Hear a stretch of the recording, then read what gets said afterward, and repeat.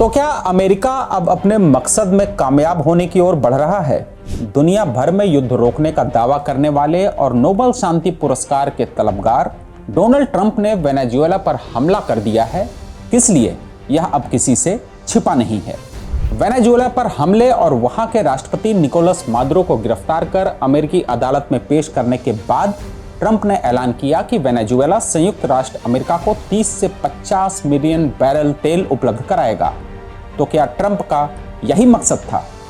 क्या अमेरिका की दादागिरी दुनिया के बाकी देशों के लिए परेशानी का सबब बन चुकी है और इससे निपटने के लिए रूस, चीन और भारत जैसे देश क्या कर रहे हैं?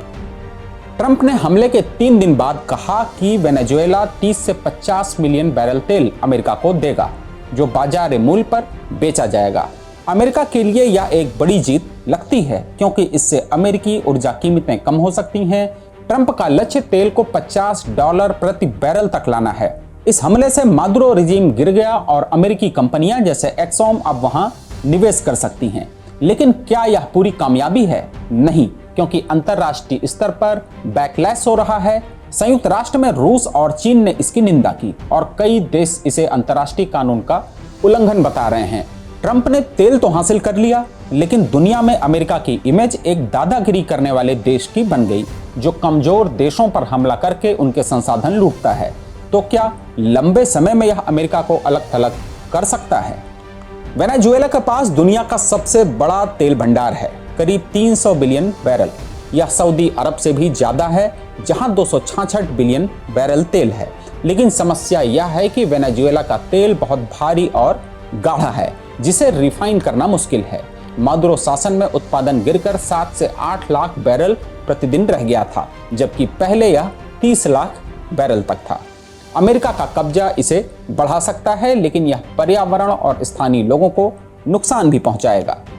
भौगोलिक रूप से अमेरिका और वेनेजुएला के बीच ज्यादा दूरी नहीं है। कैरेबियन सागर से वेनेजुएला की राजधानी काराकास से अमेरिका के मियामी तक की दूरी करीब 1727 किलोमीटर है, जो उड़ान से सिर्फ 2 घंटे में पूरी की जा सकती है।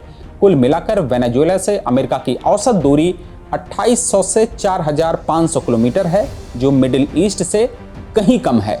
यही वजह है कि अमेरिका के लिए वेनेजुएला का तेल सस्ता और आसानी से उपलब्ध होगा, क्योंकि इससे ट्रांसपोर्ट की लागत कम आएगी। लेकिन यह निकटता अमेरिका को हमला करने में भी आसानी देती है, जो दादागिरी का एक उदाहरण है। पिछले साल वेनेजुएला का कुल एक्सपोर्ट 7.68 लाख बैरल प्रतिदिन था, जिसमें आधे से ज्यादा करीब 4 लाख बैरल तेल चीन को गया था। यह चीन की कुल जरूरत का 3% है। वेनेजुएला पर चीन का 10 से 15 बिलियन डॉलर का कर्जा है, जो तेल से चुकाया जा रहा था। अमेरिकी हमले के बाद यह सप्लाई प्रभावित हो गई और ट्रंप ने कहा कि अब यह तेल अमेरिका को जाएगा, जो चीन के लिए एक बड़ा झटका है। अमेरिका वेनेजुएला के तेल भंडार पर कब्जा करके क्या हासिल करना चाहता है? मुख्य रूप से 2 चीजें। पहला, ग्लोबल तेल कीमतों को कंट्रोल करना। ट्रंप चाहते हैं कि तेल $50 प्रति बैरल हो, जिससे अमेरिकी अर्थव्यवस्था को फायदा हो। दूसरा, अमेरिकी कंपनियों को वहां उत्पादन बढ़ाने का मौका मिलेगा, जो वेस्टर्न ऑयल इंडस्ट्री को बूस्ट देगा। लेकिन गहराई में यह अमेरिका की दादागिरी है। वे चाहते हैं कि तेल की सप्लाई चेन पर उनका कंट्रोल रहे, भले ही वे खुद बड़े उत्पादक देश ना हों। अमेरिका दुनिया का सबसे बड़ा उपभोक्ता है, लेकिन उत्पादन में रूस और सऊदी अरब से पीछे है। फिर भी सैंक्शंस और मिलिट्री एक्शन से वो सप्लाई को कंट्रोल करना चाहता है, जैसे इराक या लीबिया में किया गया। इससे लगता है कि अमेरिका तेल की राजनीति में किंग मेकर बनना चाहता है, जो विकासशील देशों को नुकसान पहुंचाएगा। अमेरिका की ऐसी कार्रवाइयां अंतर्राष्ट्रीय कानून का सीधे सीधे उल्लंघन करती हैं, जो छोटे देशों की संप्रभुता को खतरे में डालती है। वेनेजुएला का तेल अब अमेरिका को जा रहा है, जिससे चीन जैसे देशों की अर्थव्यवस्था प्रभावित हो रही है। ग्लोबल ट्रेड चेन बिगड़ रही है।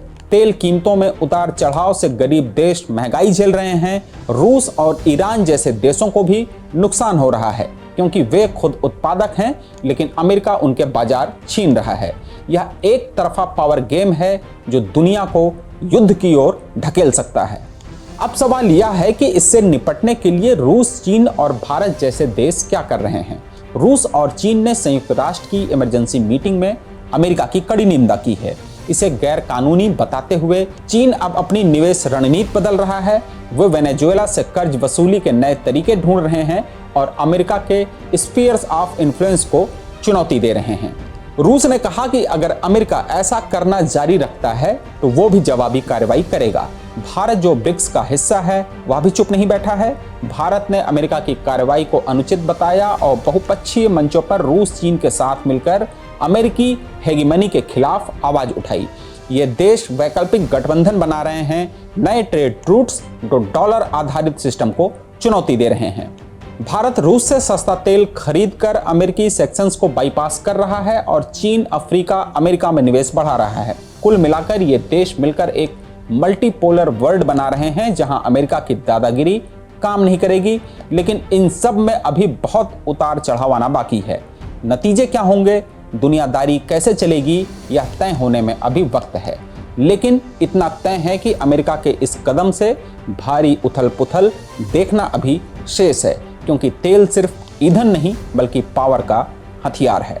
ये वीडियो आपको पसंद आया तो इसे दूसरों को भी शेयर करिए, हमारे चैनल को लाइक करिए, शेयर करिए और सब्सक्राइब करिए।